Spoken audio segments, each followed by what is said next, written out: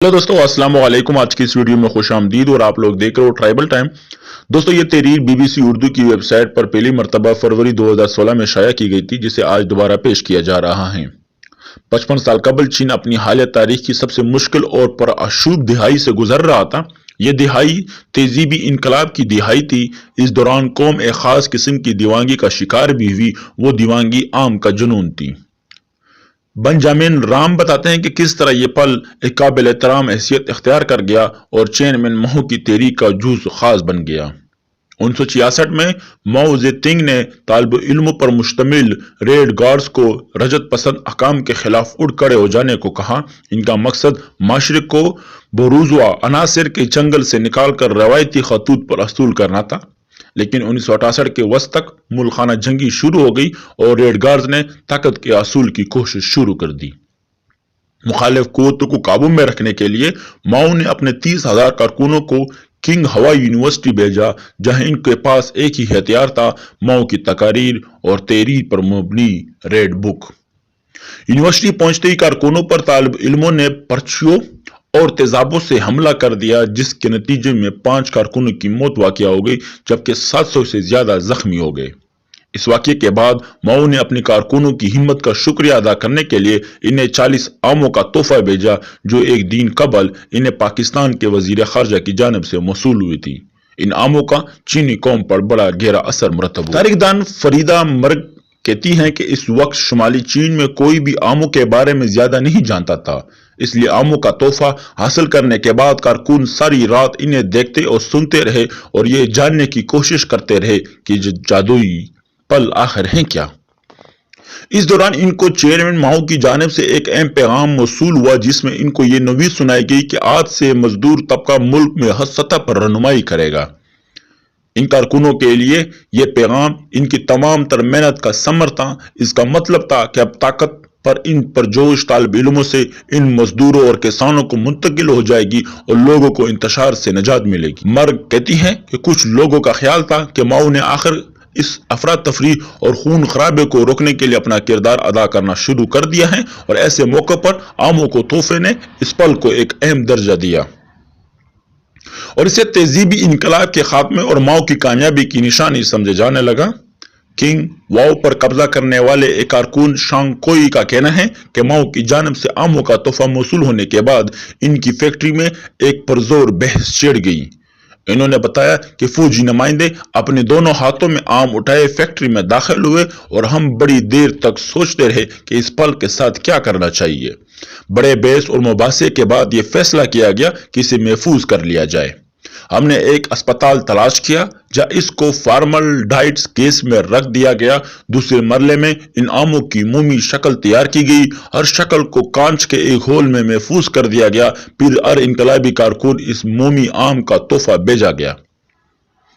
चीन हम तमाम कारकुनों के लिए जरूरी था कि वो इस मुकद्दस पल को एहतराम से तामे, और ऐसा ना करने की सूरत में इनकी सरजनश भी की जाती थी। बीजिंग की एक फैक्ट्री में काम करने वाले वांग शांग को जब मोमी आम का तोहफा मिला तो इस वक्त तक यह पल एक मुकद्दस हैसियत अख्तियार कर चुका था।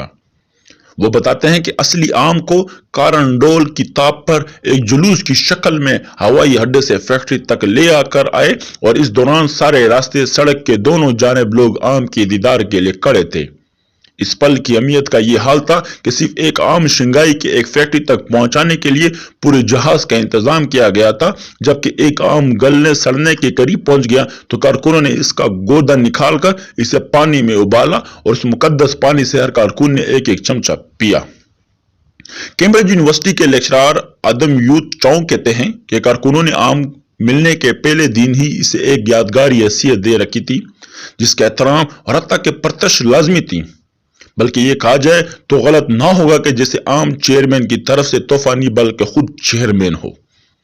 इस दौरान ये आम मुल्क के तवील अर्ज में सफर करते रहे और इनके साथ कई मुकद्दस जुलूस भी निकाले गए। फिर जल्द ये आम कारकुनों में अकीदत का दर्जा हासिल कर गए।